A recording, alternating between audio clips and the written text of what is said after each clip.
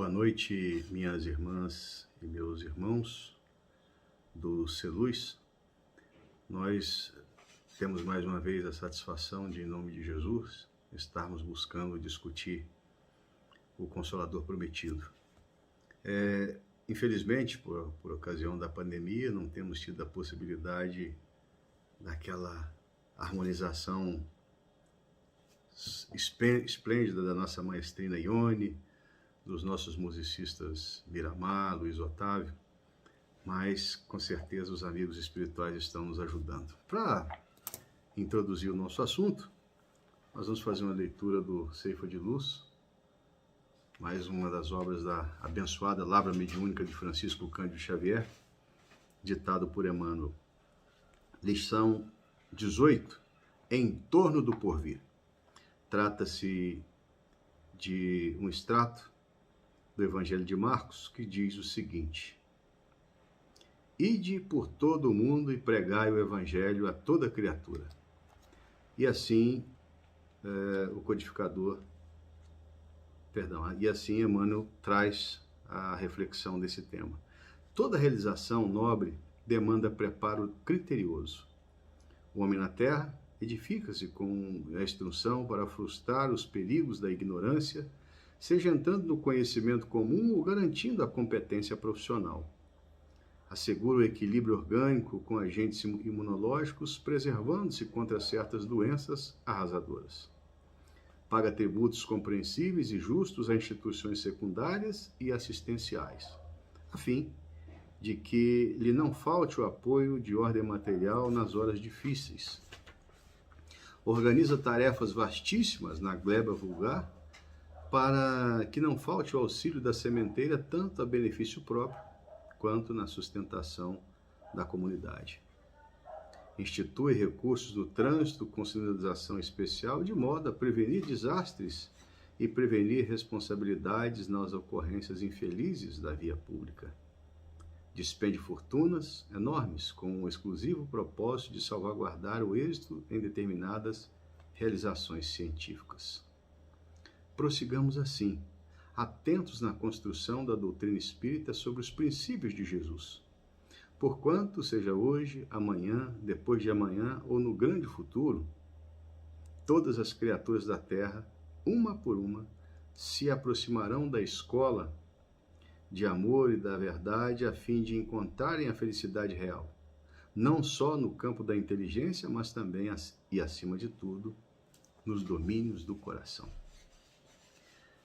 Fechemos os nossos olhos físicos, onde quer que nós estejamos, e que possamos sentir a doce presença dos nossos amigos espirituais, dos nossos mentores amigos, do Centro Espírita da Luz, bem como os nossos anjos guardiões, espíritos protetores da nossa casa, da nossa família, e juntos, lembrando a figura amorosa de Jesus, peçamos a Ele que pela sua bondade e misericórdia nos tutela, e que peça a Deus Pai de bondade e misericórdia infinita, que nos dê a permissão para iniciarmos esse estudo da noite de hoje. Que assim seja, graças a Deus. Tivemos aqui, onde eu moro, uma abençoada chuva. Então não se espantem com alguns sons meio rurais, porque são as galinhas que se encontram aqui nas cercanias, buscando o refúgio. Mas a tarefa de hoje, que nos foi dado como incumbência, é falar sobre a obra que foi colocada a lume depois da passagem do nosso querido Kardec para o plano espiritual. Trata-se da obra Obras Póstumas, e que nós tentaremos, com as nossas poucas possibilidades, fazer aqui, não um resumo, mas uma verificação do que se tratou essa obra e da sua importância para a codificação espírita. E acho que nós não podemos fazer esse estudo, ou buscar fazer essa reflexão, sem antes nós buscarmos falar sobre o codificador. Então, nós temos em Hippolyte Léon Denisard Rivel, me desculpem o francês, jovem nascido na cidade de Lyon, na França, em 3 de outubro do ano de 1804, filho de família de magistrados e advogados, que desde o início da sua vida infanto-juvenil já buscou outros caminhos. Ele tinha uma facilidade muito grande, principalmente para ciência e filosofia.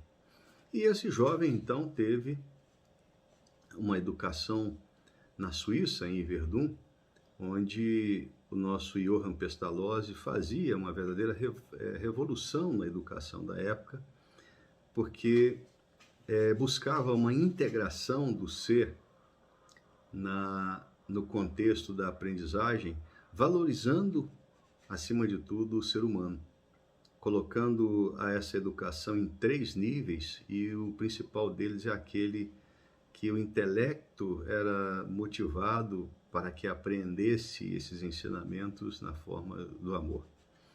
E, logicamente, essa postura de Pestalozzi fez com que o nosso Rivel, desde cedo, buscasse o amor pela didática, né? E o seu processo de aprendizagem passava muito pelo aspecto da cientificidade.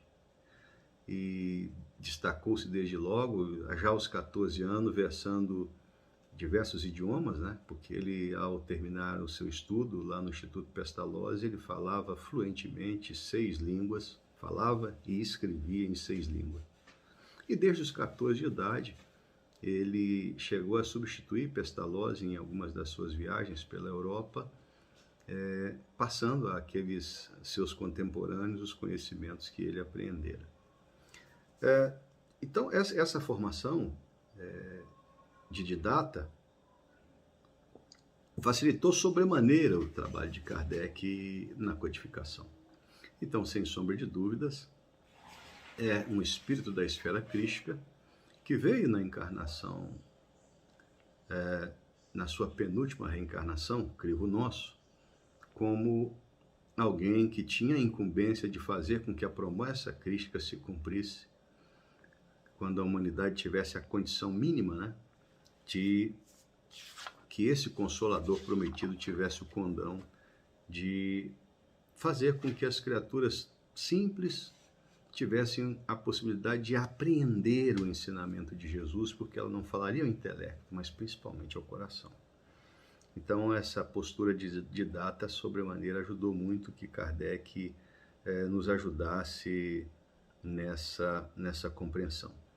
Mas ele experimentou, enquanto estudante, lá no Instituto Pestalozzi, porque ele teve uma formação católica e basicamente a Suíça era protestante. Então ele teve alguns tipos digamos, de enfrentamentos no campo da religiosidade, e ele buscava achar uma fórmula de fazer com que a educação religiosa tivesse um condão de não discriminar, mas unir as criaturas em torno do ideal crístico. E essa sua passagem de enfrentamento fez uma diferença sobremaneira grande na sua preparação para codificar a doutrina espírita.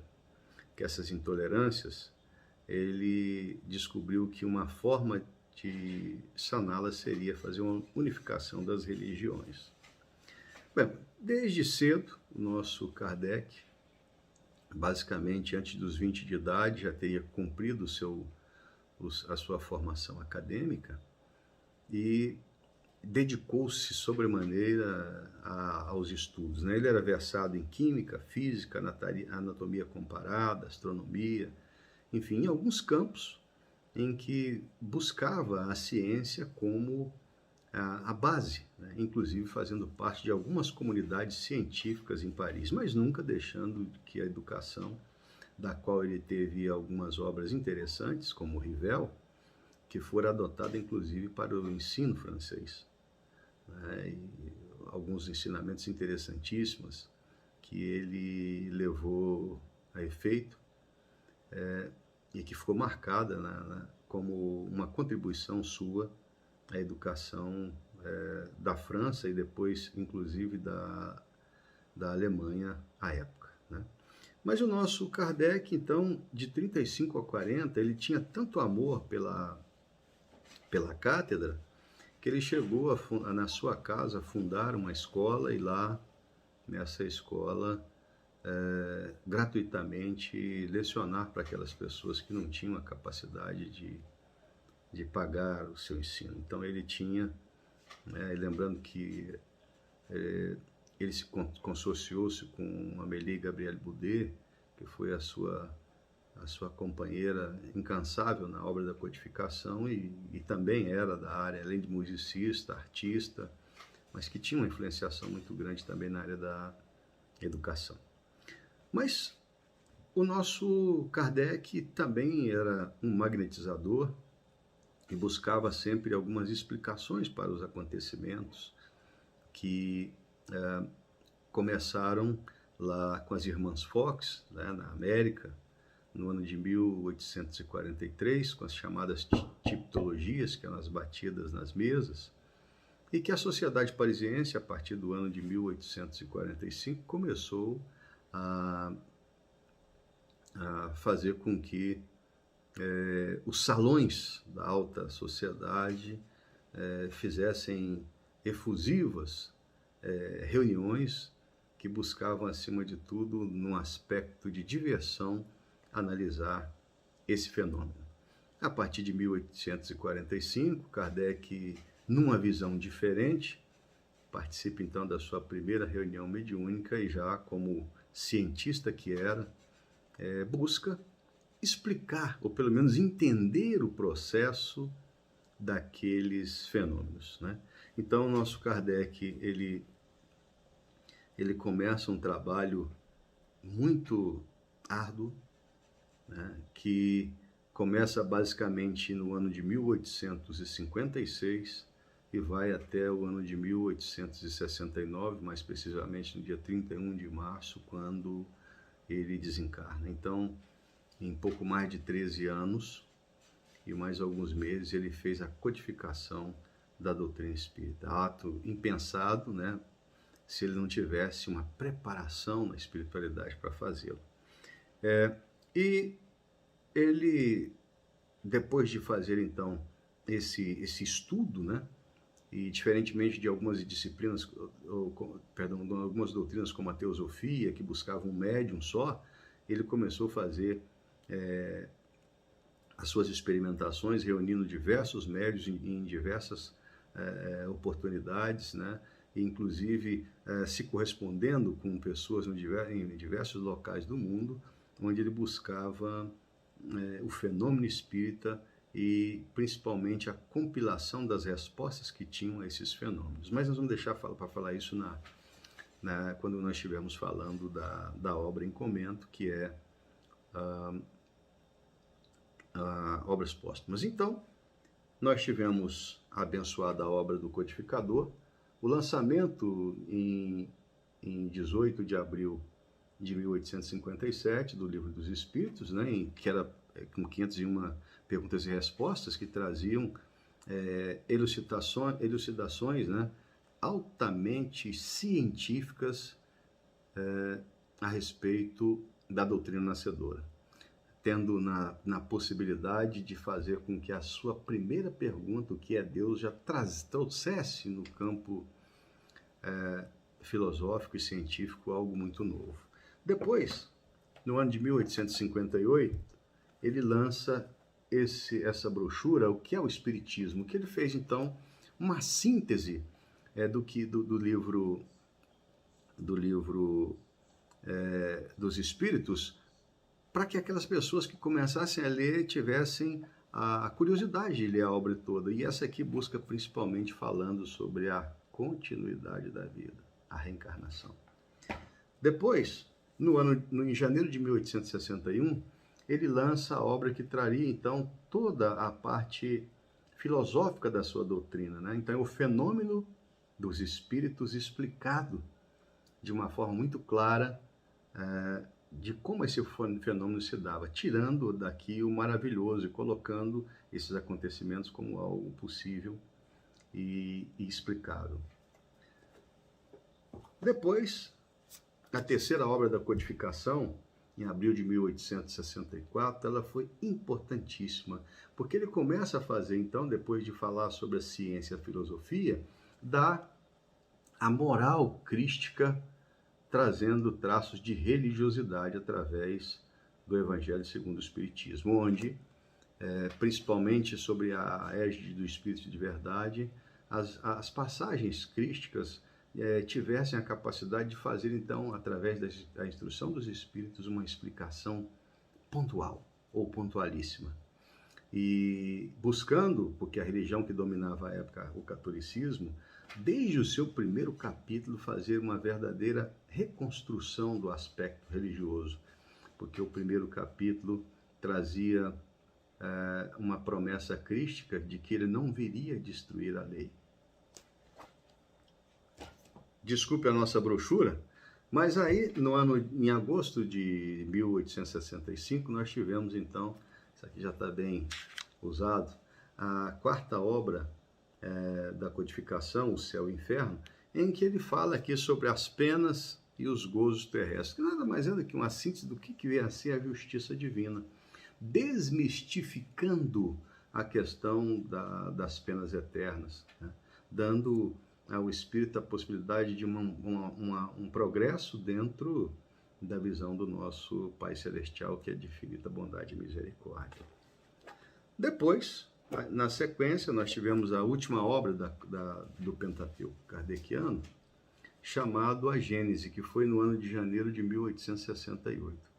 Nessa Gênese, Kardec faz, então, uma colocação de que os milagres e as predições que ao longo de toda a história da humanidade foram ditas, elas tinham uma explicação lógica. Então, a Gênese ela tem aqui uma desconstrução dos chamados dogmas que algumas religiões, principalmente a dominante, traziam. E aí, quando Kardec começa a fazer, então, a sua vida de codificador, por orientação dos espíritos, ele muda, ele faz e até a vontade dele, ele faz a divisão da sua época de pedagogo, de didata, para do compilador, do organizador da doutrina espírita, adotando então o pseudônimo de Allan Kardec, que teria sido, quando lhe foi dito pelo Espírito de Verdade, uma das últimas encarnações dele como sacerdote druida, em que ele tinha esse nome. Então ele coloca como seu pseudônimo, o seu nome de codificador, como Allan Kardec. E aí nós dissemos que ele teve o retorno à pátria espiritual num contexto interessantíssimo, né? Porque ele se comprometeu tanto com a obra que o seu corpo físico não teve a possibilidade, mesmo que a espiritualidade tivesse feito as recomendações, ela não suportou a carga de trabalho a que ele se submetia. Então, inclusive, numa reunião de 1866, uma das médiuns sonambúlicas que trouxe uma orientação espiritual, disse: olha, se você não diminuir a marcha de trabalho, o seu corpo físico não tem a capacidade de suportar essa carga. Então, imaginemos, naquela época não tinha o computador, né? Então, muitas vezes ele passava noites, né? Lembremos das intempéries da Europa, noites, lendo, ou fazendo a organização, e aí a Amélie ajudava ele muito nisso, mas lendo correspondências em várias línguas, traduzindo texto, fazendo anotações de reuniões mediúnicas, fazendo comparações, né? Porque a orientação do Espírito de Verdade a ele, no início do trabalho, é o seguinte, que ele podia até rejeitar 100 verdades, mas a obra não comportaria a aquisição de uma mentira. Então, o compromisso, né, de Kardec com a espiritualidade foi esse. Até porque nós tivemos o pseudônimo que Camille Flammarion deu a ele foi o Bom Senso Encarnado. Então ele tinha o comprometimento com a esfera crística de trazer a verdade real à luz.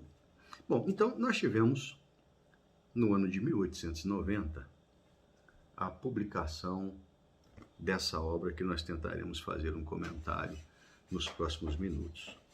E esse que nós temos à mão foi Guilhom Ribeiro, que foi presidente da Federação Espírita Brasileira, que traduziu, e ele traz, então,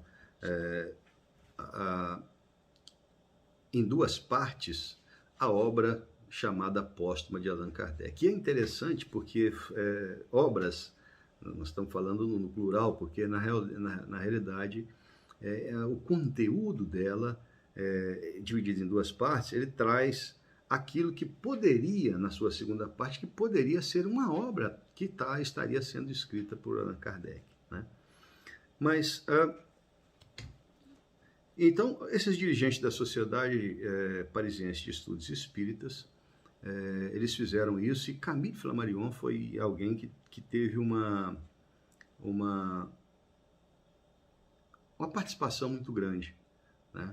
Então, e por isso, né, eu acho que essa é uma parte interessante, porque o livro começa com uma transcrição da biografia do próprio Allan Kardec, né, que está incluído na Revista Espírita de 1858, e depois um discurso inflamado de Camille Flammarion no sepultamento de Kardec, onde ele debita ao mestre, ele que era astrônomo, né, debita ao mestre Kardec a sua gratidão pela sua iniciação no Espiritismo e as suas explicações, né? E essas duas partes desse livro, elas são bastante heterogêneas, porque a primeira parte, ela contém basicamente alguns artigos que o nosso irmão Kardec, em diferentes épocas, escreveu, que ele, de certa forma, relata a manifestação dos espíritos, e isso tem, em temas que tem um reflexo muito grande na sociedade, na filosofia, né? E trazendo algo interessante, né? Então, para vocês verem algo aqui, nós vamos pegar aqui na primeira parte, coisas interessantíssimas, né? E que nós, no senso comum, a gente não tem tanto. Então, naquela época, ele já falava sobre a opinião dos apóstolos, isso buscando na literatura, principalmente nos evangelhos, a opinião dos apóstolos sobre Jesus, né? Ele traz aqui, de uma forma muito organizada, né, a palavra de Jesus depois da sua morte. Ele traz aqui um aspecto interessantíssimo, ao nosso ver, que ele traz aqui as palavras de Jesus que provam a sua divindade. Ele traz aqui as fontes que provam a natureza divina do Cristo. Ele traz aqui históricos sobre os profetas que nos trouxeram notícias da vinda de Jesus. E esse primeiro livro, essa primeira parte, ela realmente busca dar uma noção de o que Kardec pensava e como ele pensava, e principalmente sabendo que ele tinha uma inspiração do alto e uma assistência do Espírito de Verdade muito grande, né? Na segunda parte, e até parece que nós estamos falando sobre a biografia de Kardec e não estamos falando sobre a obra, mas é porque nós queremos, nesses minutos que estamos a falar, que aqueles que ainda não leram possam folhear essa obra importantíssima, pós-mortem de Kardec, mas que traz, acima de tudo, que retrata aquilo que ele pensava, né? E na segunda parte, ela é interessante porque ele traz uma transcrição organizadíssima sobre as sessões mediúnicas que Kardec tomou parte, né? Mas ele, acima de tudo, ele traz, digamos assim, como é que a gente gosta de falar, aqueles que gostam de filme, né? O making of, os erros, num brasileiro aí, o histórico das gravações, como é que foram. Não, ele trata aqui uma reunião mediúnica, que nós vamos depois falar sobre algumas, dando a nós um conhecimento do que se passou, né? Por exemplo, na segunda parte, ele nos fala aqui, ó, de uma reunião na casa do senhor Boudin, onde o espírito protetor dele, ele coloca aqui as perguntas que foram feitas e a resposta do seu espírito protetor. E uma delas, interessantíssima, ele fala aqui, ó, aqueles que assistiram o filme Kardec viram essa cena interessantíssima. Porque enquanto ele estava fazendo uma organização lá, ele escreveu um trecho e começou a ter umas batidas, né, na parede. E aí ele pergunta numa reunião posterior, em 9 de abril de 1856. Criticaste outro dia o trabalho que eu havia feito e tiveste razão. Reli-o e encontrei na 30ª linha um erro, contra o qual protestaste por meio das pancadas que me fizeste ouvir. Isso me levou a descobrir outros defeitos e a refazer o trabalho. Estais agora satisfeito? Olha, imaginemos o grau de comprometimento do espírito de verdade, ou dessa prede de espíritos que traziam a moral crítica, né, dando a continuidade da vida, a necessidade de se fazer uma reforma moral, mas a preocupação deles em assistir Kardec para que nenhum erro, olha só, na 30ª linha tinha um erro, e o espírito não se deu satisfeito, enquanto não chamasse a atenção para aquele fato. Então, interessantíssimas essas citações, e vamos para uma aqui. Aqui nós temos relatos como, por exemplo, no dia 22 de dezembro de 61, que o Kardec pergunta se ele teria o seu sucessor, ou quem seria o seu sucessor, e o Espírito de Verdade traz aqui aspectos fantásticos.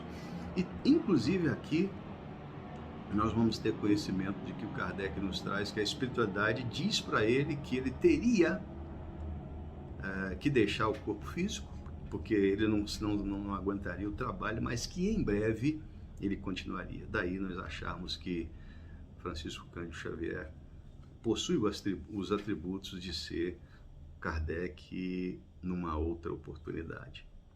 E aqui uma parte que eu acho atualíssima na obra de Kardec, no dia 25 de abril de 66, uma médium em estado sonambúlico fala sobre regeneração da humanidade.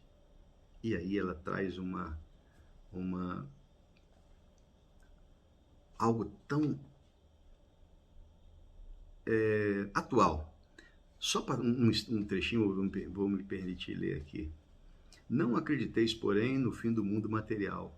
A Terra tem progredido desde a sua transformação e tem ainda que progredir e não que ser destruída. A humanidade, entretanto, chegou a um dos períodos da sua transformação e o mundo terreno vai elevar-se na hierarquia dos mundos.